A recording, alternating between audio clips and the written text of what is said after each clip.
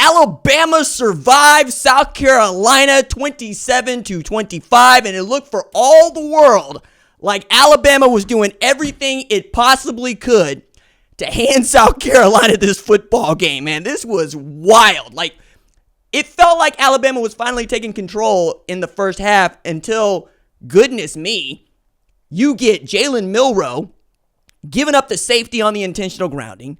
The man tried to throw another pick six. The man ended up throwing another interception. The man got sacked, I think it was 5 times, and gave up 2 picks. And we're talking about turnovers on both sides of the ball here. We're talking about really what turned into a raucous and fun football game, but not one that you're going to look at if you're Alabama or South Carolina and take anything good from this except the win if you're Bama. And for Carolina, man, this sucks because you had an opportunity to upset this team. And had you been just a little bit more careful, just a little bit more, shall we say, run-oriented, I think you got a shot here, man. The getting the ball back on the onside kick, you're going to script that, and then Lenore Sellers just didn't have it at the end there, man. He didn't know what he was doing. They were coming after him. Even so, this is not an Alabama team that feels good about this. I mean, Lenore Sellers actually played well, according to stat line. But if you're watching the game, there's only a few passes there where you're like, oh, there's that play. The wheel route that he threw for the TD, that was great. But he's 22 of 30 for 206 with a TD and a pick. He was sacked 4 times. And then, Rocket Sanders, 16 for 78. It's fine. Mazio Bennett, I thought played outstanding as a true freshman. I mean, 3 catches, 57 yards, and a TD on 3 targets, right? I wanted Nick Harbor to have much more to say about this game, but he just didn't, quite frankly.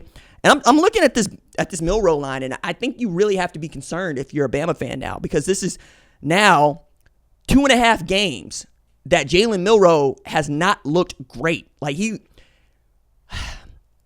Vanderbilt is one thing. Vanderbilt is one of the best upsets of all time.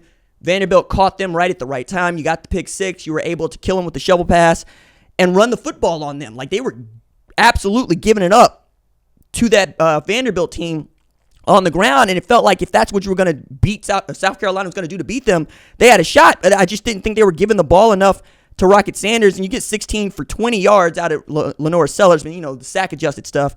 He was making it happen on 3rd down. I mean, that opening drive, that drive they had to open the second half, I thought they put another one of those together. We're talking about the game being over because it was clear that the South Carolina pass rush was going to get home. I mean, outstanding job defensively, man. I'm looking at Kyle Kennard with 5 tackles here, 2 sacks, 3 tackles for loss in this game. Between him and Dylan Edwards, you got 2 great pass rushers. But what I think this is really going to give Alabama the willies for is the Tennessee game. Tennessee has one of the best pass rushes in all of football, top 5. They will get home. They will get after you. They will speed Jalen Milroe up. And if you're going to speed Jalen Milroe up, he's going to force that ball over the middle. You were able to take away Ryan Williams from really doing you a whole bunch of damage here. You were able to really force Jalen Milroe off his spot. And usually that's the kind of player that is just going to destroy you with his legs. But they were so fast on the edges and they were so good at contain that they were able to keep themselves not just in the game, but at one point, we're talking about taking the lead here. We're talking about 19 unanswered points. And for a South Carolina program that was a 21-point underdog going into this, I'm not sure if it's that Alabama's that bad or South Carolina's just not living up to its potential. Because remember, this team beat Kentucky.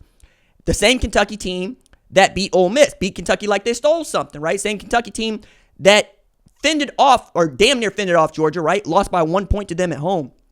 South Carolina team that went after LSU. Maybe it's just South Carolina is really a great thermometer for what the SEC is going to be in 2024, because they are not an easy win.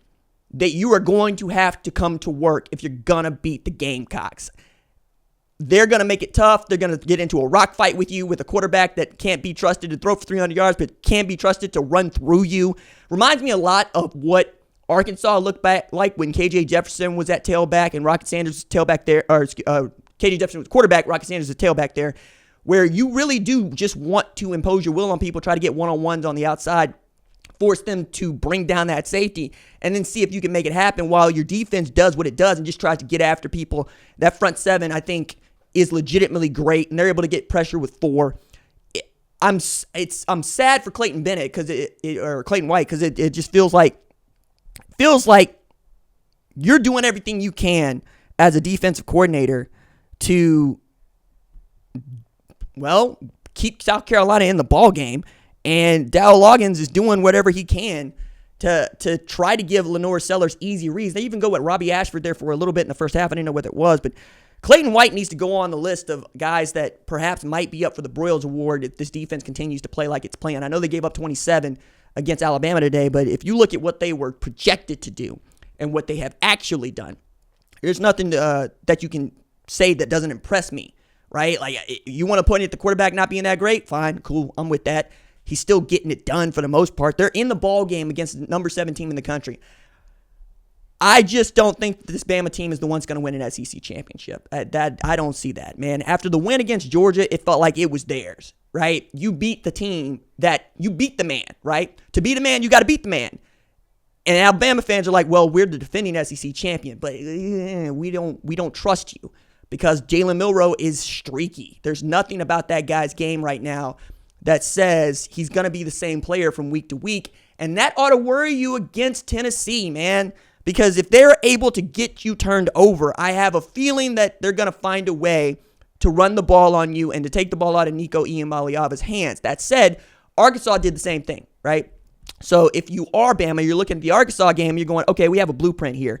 We understand how to attack Tennessee because we saw Oklahoma do the same thing. Well, I mean, if you're watching Vanderbilt, Georgia, or even South Carolina today, you have a blueprint for how to beat Alabama. And it comes back to Kane Womack, who's been the main character since losing to Vanderbilt, getting beat 40-35, right? So now you're looking at a defense that can't stop nobody, a defense that strength is really at corner, right? If we're being honest about it. I mean, you could talk about perhaps Jahai Campbell, but I just don't trust that front seven to get as much pressure as they got in the last 2 series against South Carolina, right? If you ask those guys to cover for too long, somebody's going to run open. I think for me, this is a survival game for Alabama.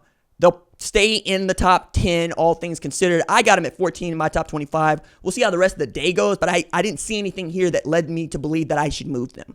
I don't think that Alabama's a top 10 team right now. I think that there are 4 or even 5 teams in the SEC that could beat Alabama on any given day. And now we know that that's absolutely true because Vanderbilt did it, right?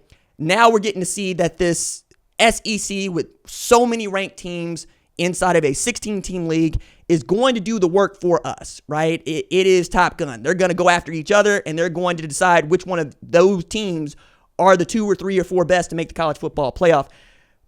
But as a neutral, as a guy that was watching the 11 a.m. game, the noon game, if you're on Eastern Standard Time, I had so much fun watching this game because it was unpredictable. It was wild. We had turnovers. We had interceptions. We had quarterbacks making mistakes. We had quarterbacks making plays. That game was vintage college football, and I had such fun watching it. Let me know what you think of Alabama in the comments below. Is Alabama a top 10 team? Let me know in the comments.